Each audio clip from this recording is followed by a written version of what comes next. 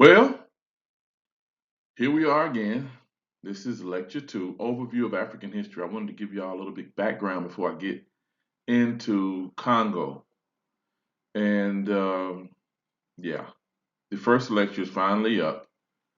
So the way I have to do this is put it on my YouTube channel. So just ignore the other things on my YouTube channel and go to the lectures.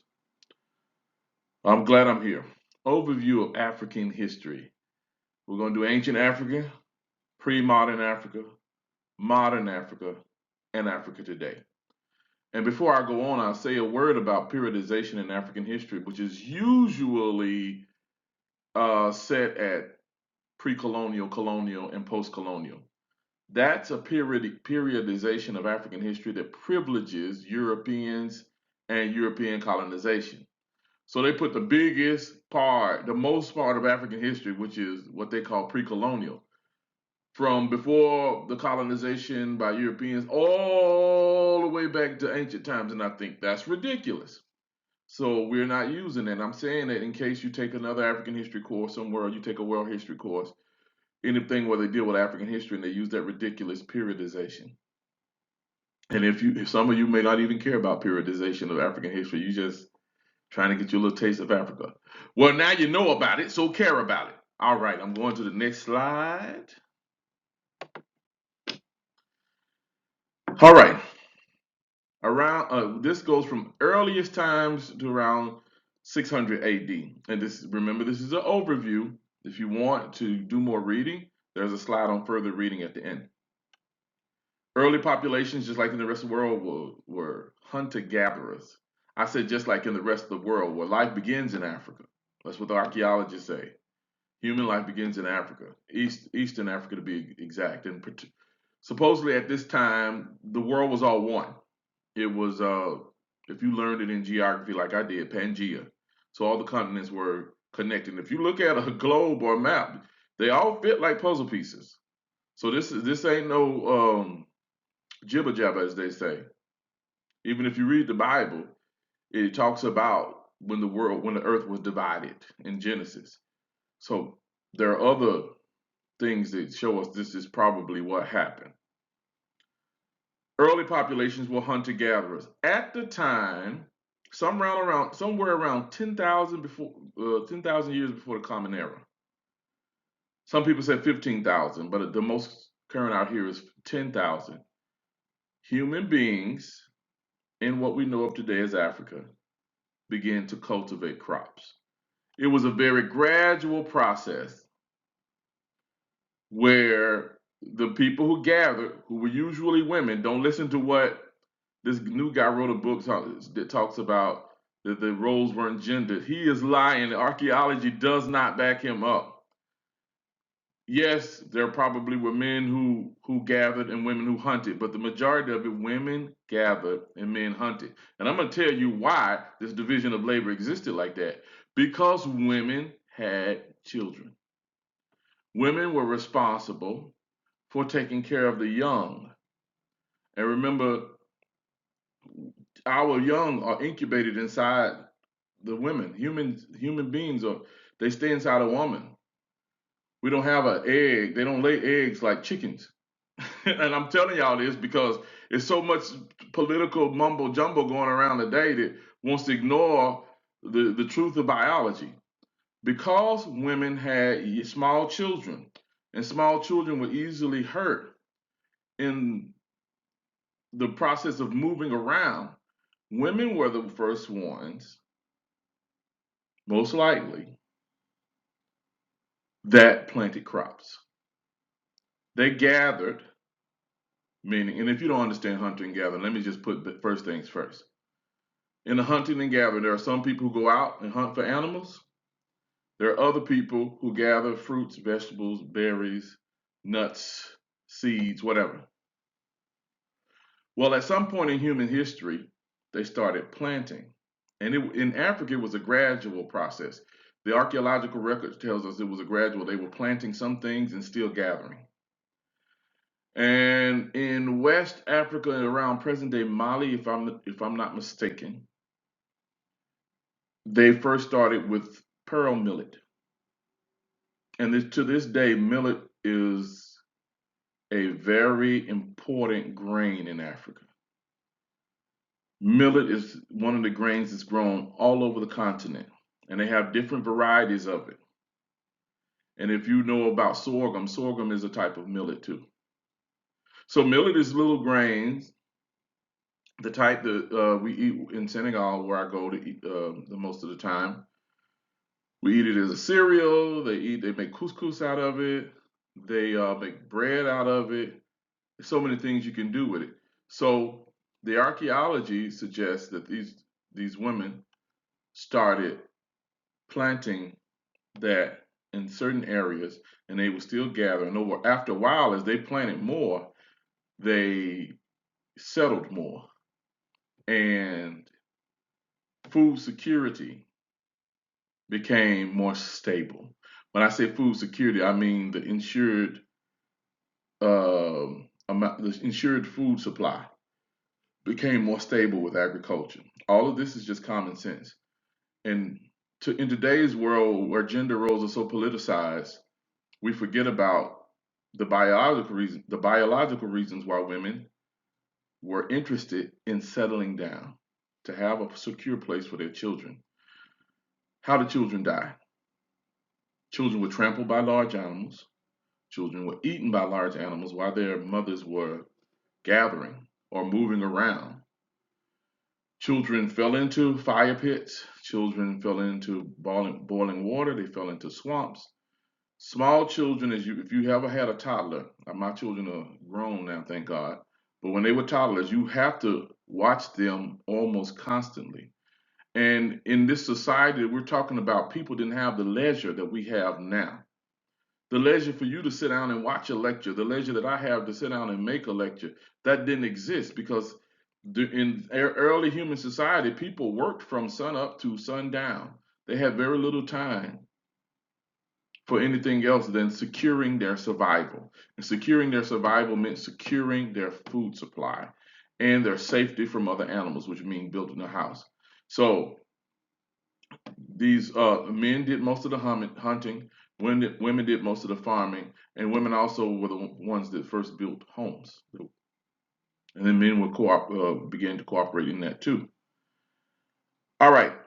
So during the early period, before we get to agriculture, people migrated out of Africa into what we know of today as the Middle East, on into Central Asia, on into extreme Eastern Asia, and then at some point they began to migrate back from Eastern Asia back to extreme Western Asia, which is what we call Europe. Settled agricultural villages led to the creation of states. States expanded into empires. I spend a lot of time explaining about hunting and gathering because I think it's important. I want you guys to really understand that a lot of things that we take for granted in society today, they all had origins that made sense. Iron smelting. Iron smelting begins around 1000 BCE, before the Common Era. So, just like gender roles are politicized, African history is politicized too. For a very long time, Europeans and other outsiders taught that Africans learned iron smelting from present day Turkey. Like people brought it in, people who were migrating into the continent brought it in around 1500 BCE or something like that. And oh no, 500 BCE. And they found out that there were Africans living in what we know of today as Nigeria and the Congo who were smelting iron prior to that. Just like when I showed you in the previous lecture pictures of the ruins of ancient Zimbabwe, they theorized that Arabs or Asians came into interior of Africa and built ancient Zimbabwe because they did not want to face the fact that there were black people who built that. And the reason why they didn't want to face the fact that there were black people who did that, because it does not fit a white supremacist narrative that somehow they believe that skin color, the amount of melanin that a human being has, decreases their intelligence and their capability. I'm going to keep harping on this because these are the things that lies dormant in the person's mind, and it drives their behaviors and the way they treat other people. And I know the devil is a lie and white supremacy is a lie too, because it comes from Satan's very breath. So I'm here to tell you right now that that ain't true. That there is no connection between a person's skin color and their intelligence or their capability. I'm going to say it again on the next lecture, so if you ain't get it the first 2 times, you'll get it again.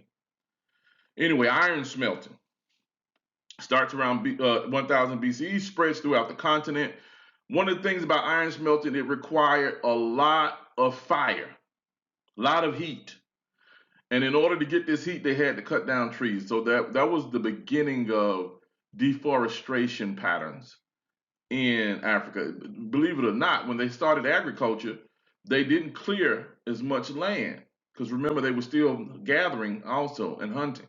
But when they started smelting iron, man, they were chopping down trees like crazy. And iron became early on a very important commodity in the trade within the continent and at the exterior of the continent. States expanded into empires. The way you get an empire, you got to have a solidified, secure food supply. The reason why I'm able to sit here and do this lecture, because I don't have to worry about going to the fields and pulling out what I'm going to eat today. I don't have to worry about weeding no garden or weeding no fields, or making sure there's water for the crops. I don't have to worry about slopping hogs or feeding chickens. I don't have to worry about feeding no ducks. I don't have to worry about leading my cows out to pasture or any of the things that my grandparents did on their farm. I don't have to worry about that. All I got to do is make sure I can get down to the grocery store and pick me up something in the restaurant and grab me something to eat. My food supply is much more secure than it was then. Than it was before they start building. When they start building states, you see a secure food supply. You also see the diversity of labor. The diversity of labor meaning that not everyone has to be a farmer. Because if these guys got the farming down real good, then you got another guys who have domesticated the animals and they got that down real good. They're bartering with one another. Then you got other people who make things. And when you see this diversification of labor, that's when you can build what we could call today civilizations, where everybody's not concerned about farming. Civilizations, cities, where you can have large populations who have nothing to do with farming. This all developed in Africa from the beginning on up to 600 AD. And most of these civilizations happened around bodies of water. One thing you have to have a good civilization is solid, clear, sustained supply of water. So in the PowerPoint, I mentioned some of these. Of course, the Nile River is the first one. There were so many civilizations that built along the Nile River. We know about Egypt, but people don't talk much about Nubia. They don't talk about the civilizations that happened south. They don't talk about Ethiopia, which in the highlands, which is the origin of the Nile River. It starts from a stream up in the highlands in the plateau region of what we know of today as Ethiopia. Congo River. We're going to talk about Congo. That's why you have 2 countries in Africa named Congo, and both of them are so named after the river. Lake Nyanza, also known as Lake Victoria, because a lying, cheating, stupid man came in there and saw the lake, said, I'm going to name it after my queen. How you going to name a lake after your queen and she lives somewhere else? You see how the devil fool you? Anyway, they're reclaiming this and calling it by its original name Lake Nyanza. Lake Malawi, which is the country in southern Africa. Malawi was named after Lake Malawi. Lake Chad, which is in central North Africa. Lake Chad is to the east of Mali, and to the northeast of Nigeria. There are several countries that border Lake Chad. Lake Chad is a huge lake, one of the great lakes of Africa.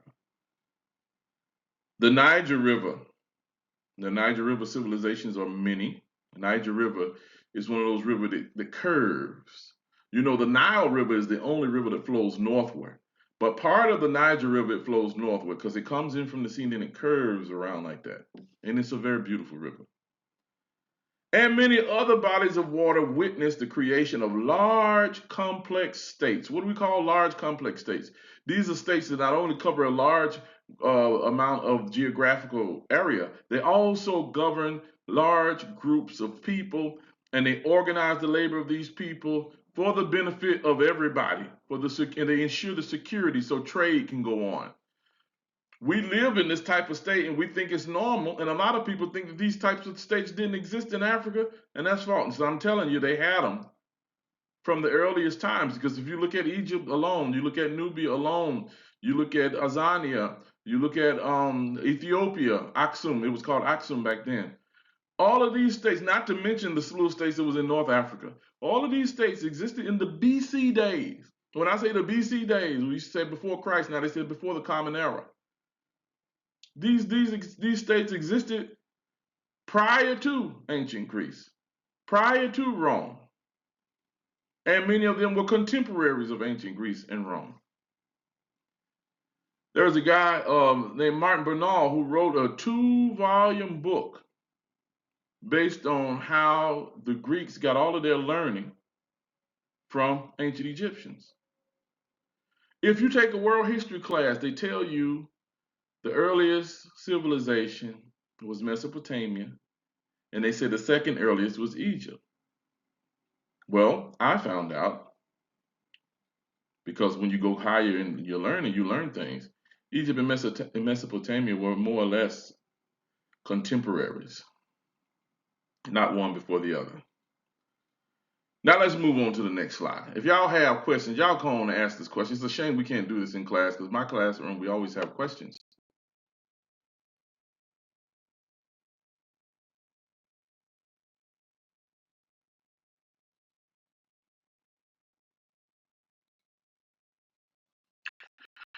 All right, pre-modern Africa. I'm putting this from 600 to 1500. And I didn't just pull 600 out of anywhere. 600 was the date, the earliest date that we have for the ancient empire of Ghana, Wagadu.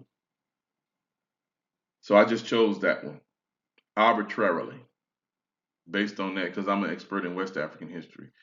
Across the continent, things were different. You have like the ancient state, we talk about ancient Zimbabwe, I think it starts around 500. African states rose and fell, commerce and technology expanded. In this part of the slide where my picture is, that is the ruins of the capital of ancient empire of Ghana called Kumbi Sale. These are the ruins. For a long time, people said they didn't know where it was, but the archaeologists kept digging. This is in southern Mauritania. That was where the ancient empire of Ghana was. So, throughout the continent, transportation improved, roads improved. They had some technological advancement in agricultural implementation and implements. So agriculture spread throughout the continent, not happening all simultaneously, but gradually throughout the continent, and not one before the. It was more uneven, but it happened because people shared information because of long distance trade. And the larger empires ruled over several kingdoms. So you'll have somebody who rise up and he'll just put the other kingdoms to tribute, and he create an empire. And I say he because it usually was a he, but sometimes it was a she, and sometimes it was a them. In Africa, we do have several examples of what we call diarchal states, where they have male and female ruling together. I named some of these states from around 600 to 1500: Wagadu, ancient Ghana; Mali, Songhai; Aksum, the Congo Empire; Lake Nyanza complex of states, which includes Buganda. But before Buganda, there were several other states that started around Lake Nyanza and then kind of spread out. Lake Malawi complex of states and the Islamic caliphates of North Africa are examples of the complex states that arose during this period. The Fatimid Caliphate, which starts in Egypt and spreads all the way across. Then you had the Almohads, which go all the way up into southern Spain, all the way up to southern France, where they were defeated by Charles Martel at the Battle of Tours. What you need to really galvanize people is a strong ideology. And ethnicity is an ideology that's strong.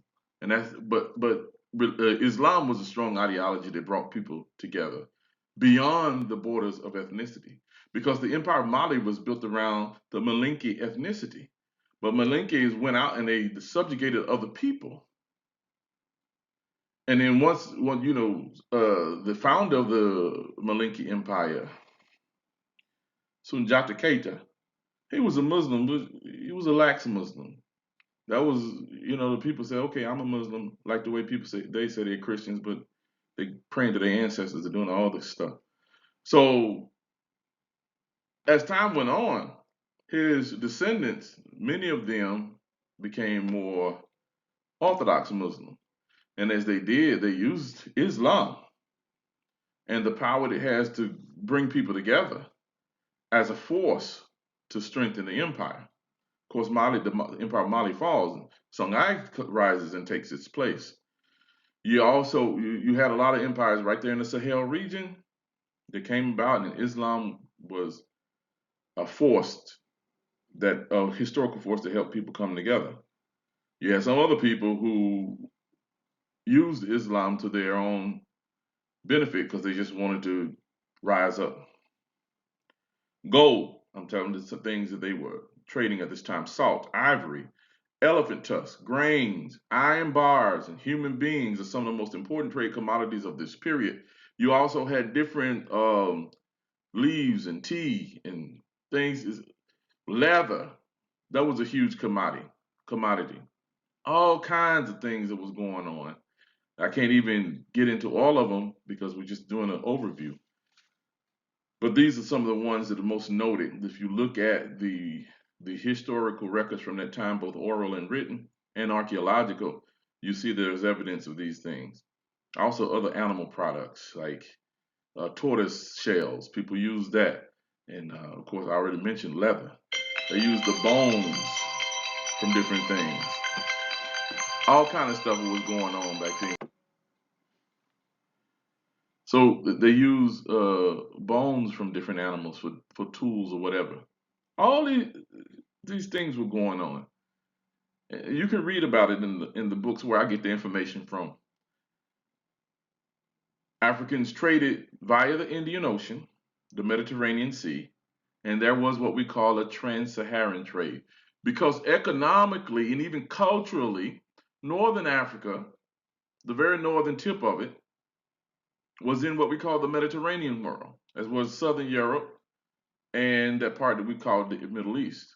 Everything on the rim of the Mediterranean was in the Mediterranean world. So goods would cross the Sahara Desert, including slaves, and they would be sold throughout the Mediterranean world. So your first African slaves you see reaching Europe. Let me rephrase that. Your first enslaved Africans you see reaching Europe didn't come by the Atlantic Ocean. They came across the trans-Saharan trade and then into the Mediterranean trade.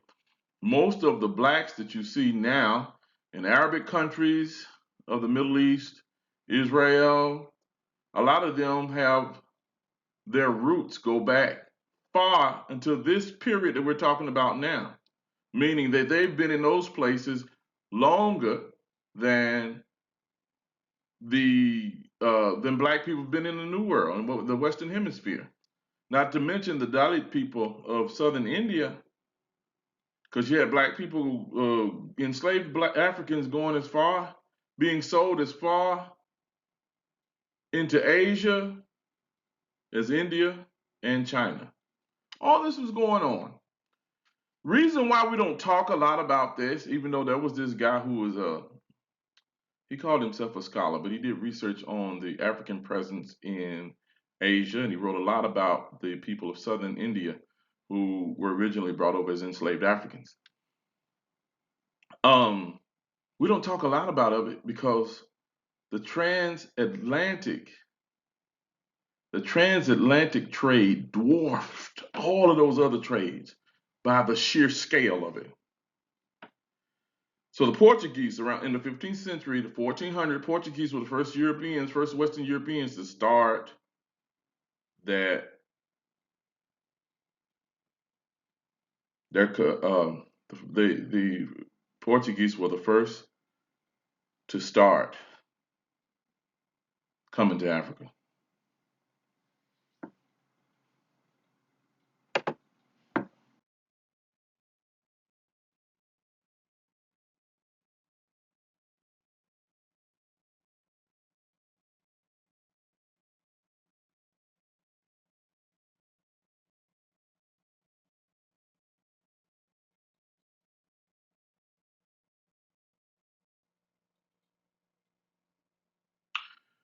1500 and 1900, modern Africa. The transatlantic slave trade starts shortly after the Portuguese come. Of course, the Portuguese come early in the 1400s, and they're just exploring along the coast of West Africa. They make it around the tip. They go to East Africa. They go into the Indian Ocean and on down up to the Pacific. We don't People don't give the Portuguese enough credit for the beginning of the destruction that they started, because we talk about Columbus. Columbus goes across to the Americas, and he so-called discovered America. Which, what does that mean? That's foolishness. I mean, the people who were there weren't covered up. They knew they were there. Western Europeans didn't know that. The Chinese knew they were there. Africans knew they were there. And it's just the Europeans didn't know. Now that's the truth. And if you want more reading, I didn't put this in there. There's a book called How Europe. I know there's a book called that came before Columbus, which people have been trying to debunk for decades. And the guy who wrote it is not the first one to write about this. But anyway, transatlantic slave starts depopulation of West and West Central Africa. It redirected the trade, because it wasn't just enslaved Africans that were being sold across the transatlantic. It was all other types of goods, but enslaved Africans were the primary thing that was being sold. Most of it being traded for guns, and because this was such a lucrative trade, wars crept up, empires broke apart, new kingdoms rose up based on this new trade that developed. It was bad. Then you see the increase of firearms. Firearms were not introduced into Africa because of the slave trade, but they increased significantly. Whereas certain smaller groups of people that were already always being raided for slaves, they went and got their own firearms, and so now everybody's packing and they shooting each other, and the death tolls were terrible. Who was sold into slavery? Your most important population in any civilization. The group of people from 15 to about 25. These are the people that they wanted. Young people. You guys, most of you, my students, fit into that age group. It's you that make a society. And your age group is shrinking in America because people are having fewer children. Our civilization is on a decline because of that. You can talk about all this foolishness you want to, but without demographics, you don't have nothing. And then people, I'm getting on the soapbox, but hey, ain't none of y'all in here to ask no questions. So I'm gonna go and say what I'm gonna say. People up here talking about this the problems with immigration. Oh, all the people coming over, they're coming over. We ain't got no people here. Look at all the empty spaces in America. Let them come over, give them a place to stay. Hey, let them work. Maybe they can help build our economy. One of the problems in our economy, over 1 million people died because of COVID. Folks don't talk about that. Well, let me stop because I'm getting bothered right now. Transatlantic slave trade comes, depopulates a whole section of Africa, Western Africa, and it was really, really bad.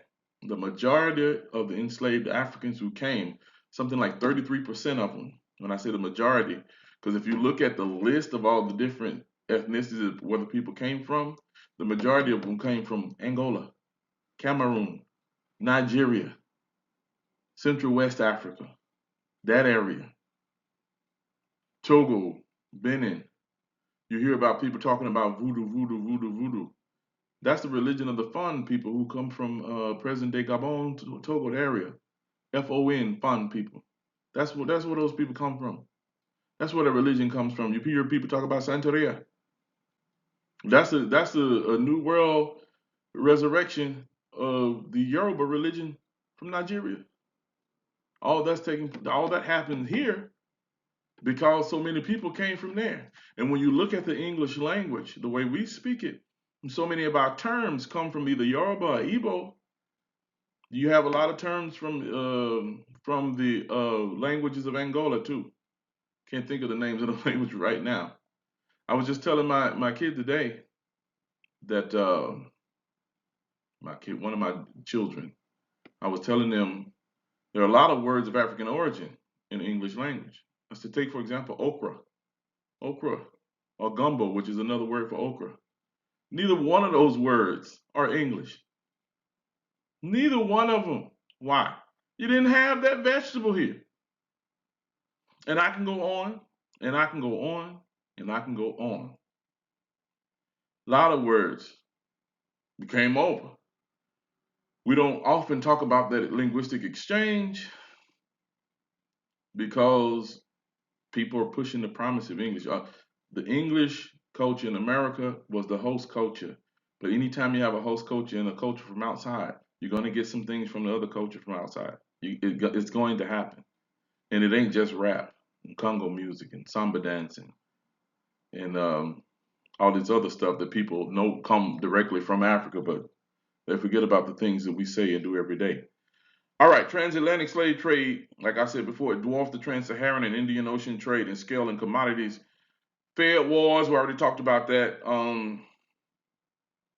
Europeans, because the trade slows down in the 1830s because the British decided to outlaw it, and they decided they were going to be the police of the whole world.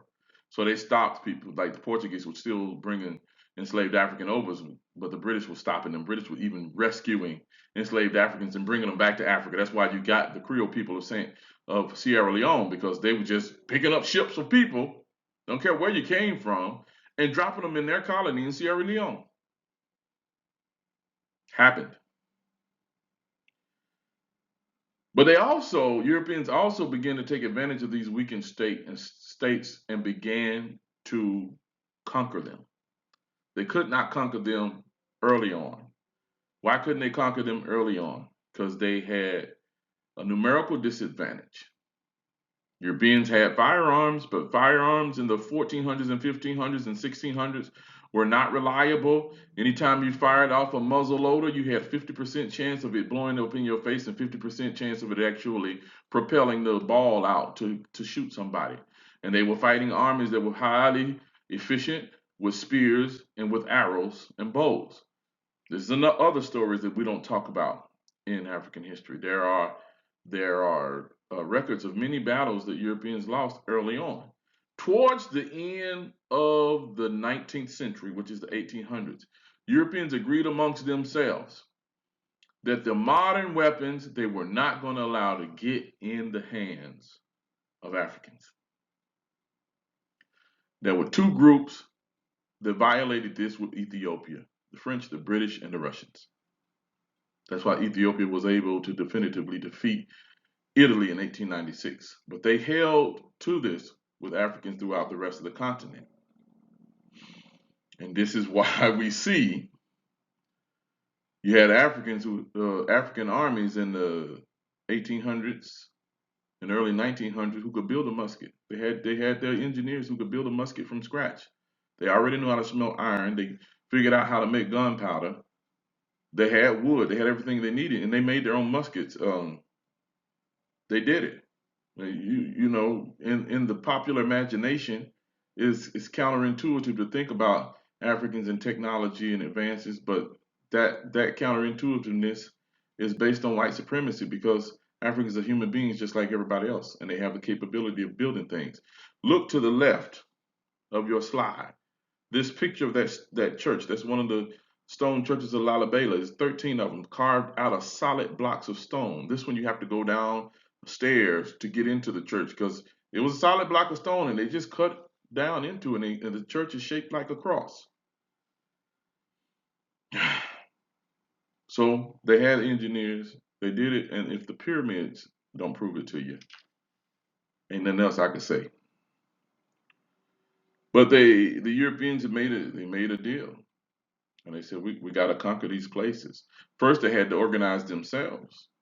and Europeans met at the Congress of Berlin. They decided which areas was going to belong to which European country. They decided they weren't going to fight each other anymore because initially they were fighting each other. They made treaties with one another, and then they went to conquering the lands that they had all agreed would go to whomever would get it. And they used African ethnicities, African kingdoms, played them off against one another so they could get what they wanted.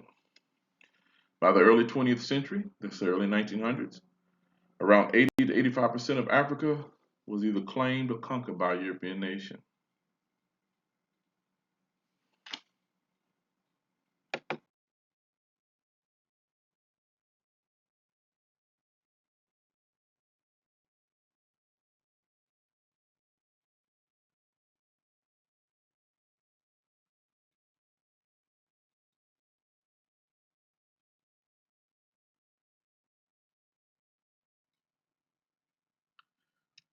So the picture there is a picture of Samori Toure. He fought the French for 20 years. Finally, he was defeated.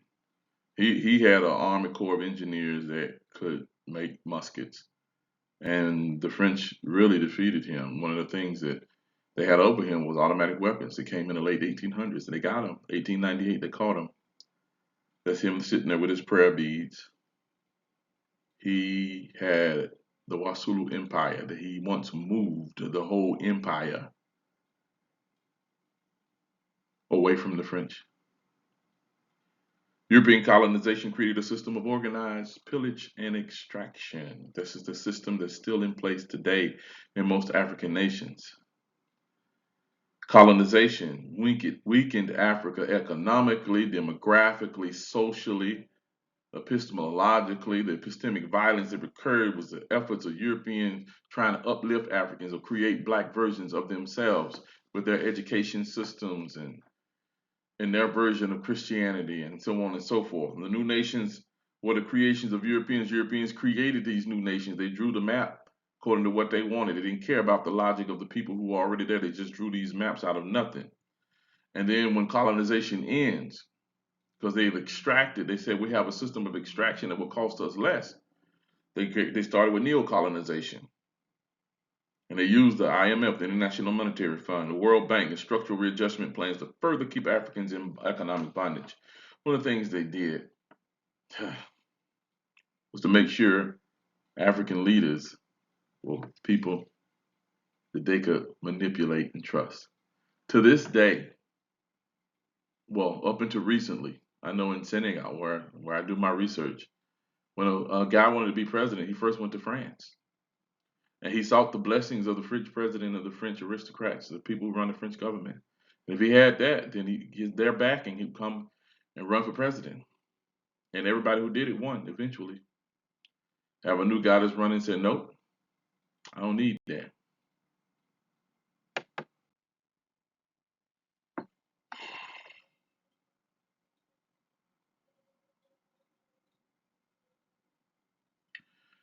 So Europeans and Americans met in New Hampshire at Bretton Woods to decide upon an economic plan to avoid another Great Depression and all the stuff that happened after World War One. This was towards the end of World War Two when the war was winding down.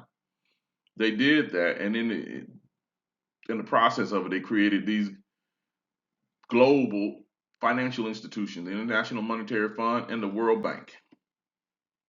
Well, in the 70s and 80s, African governments were going through problems. They created these new governments. They were paying their government bureaucrats reasonable salaries.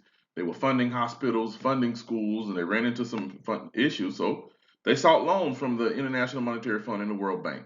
International Monetary Fund and the World Bank were loaning other countries money at the same time because there was an economic slowdown throughout the entire world at this time in the 70s and the 80s. There was economic slowdown everywhere. But these two institutions were racist in their treatment of African countries because they said, we'll loan you the money you want, but on certain conditions. you have to agree to change your economy and your spending to go along with what we say. Now, what kind of sense that make? If you want a house, you go down to the bank. There's no bank say, okay, we'll loan you the money if you agree to let us come in and manage your money for you. No, don't do that. Some banks ask for your budget, to make sure that you are able to make the note, but they don't do that. Why did the International Monetary Fund and the World Bank decide to do it? They wanted to weaken these African countries, and they weakened them. The structural adjustment programs, including the defunding of public structures, defunding of schools, defunding of armies, defunding of highways and maintenance, and all the other things that a government should provide for its people. They defunded all of that. Then they devalued the currencies. I was in college. One of my friends was from Niger. And he told me he was going through some stress because he came from a wealthy family. His family told him, we're having struggle paying your tuition because they devalued the currency. So the currency of Niger at the time was the franc CFA. In order for them to pay his tuition, they had to pay like 4 to 5 times of the money that they did when he first came to school there in Arkansas, where I went to school. He had to get a job for the first time in his life. He got a job in the dish room at the cafeteria. And then things evened out over about a year or so. But the devaluation of the money made the currency stronger. It did make the currency stronger, but that's about the only thing that they came through that had any good effects. Everything else was terrible. And when you have this disruption in civil society, people rebel. And then the army reacted. So you had violent military coup d'etat throughout the continent, not in every country, but in most of the countries. So you had dictators running the countries, and then the dictators just made deals with these international European or American run agencies in exchange for them to give them money and leave them alone, let them do what they want to do. So these people continue to extract money from their government, money that was sent by the IMF, borrowed from the World Bank, money that was given to them by donor nations like the US. They would take that money and extract it, put it in their own bank accounts. They recently overthrew the leader of Gabon called Bongo, Ali Bongo. His father had so many hundreds of millions of dollars, billions now, in banks in France. You had Mobutu Sese Seko, who was the leader of Congo, who was a multi-billionaire. When he died, he had large residences all over the country, and he had billions of dollars in Swiss bank accounts. When Kabila took over, they had to go and get that money back. And just stole. And then Kabila started stealing, and his son started stealing. It's just a pattern of, okay, I'm the leader now. Let me get rich. And they don't just steal enough to get rich. They steal enough where their great-great-grandchildren don't ever have to work it again. You see the kind of foolishness I'm talking about?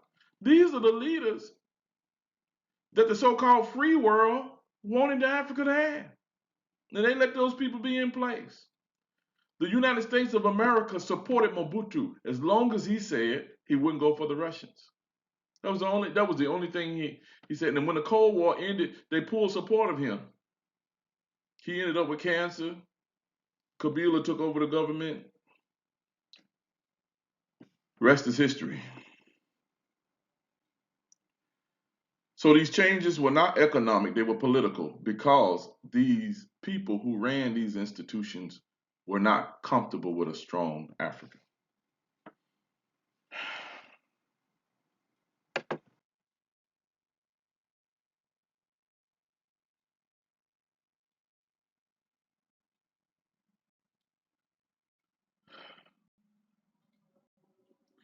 So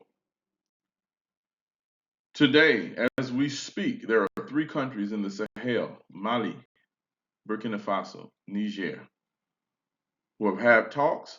They decided to come up with an economic union, and they're getting ready to change their currency, create a new currency. What's so important about that? You had several countries in Africa that still use the franc CFA. In Mali, Niger, Burkina Faso, Senegal, Cote d'Ivoire, Congo, Brazza. I think Equatorial Guinea used to use it, but they got rid of it. Cameroon, all of these countries were using a currency that was based on the now defunct French franc. So these countries every year had to give so many hundreds of millions of dollars to France from their reserves for using this currency.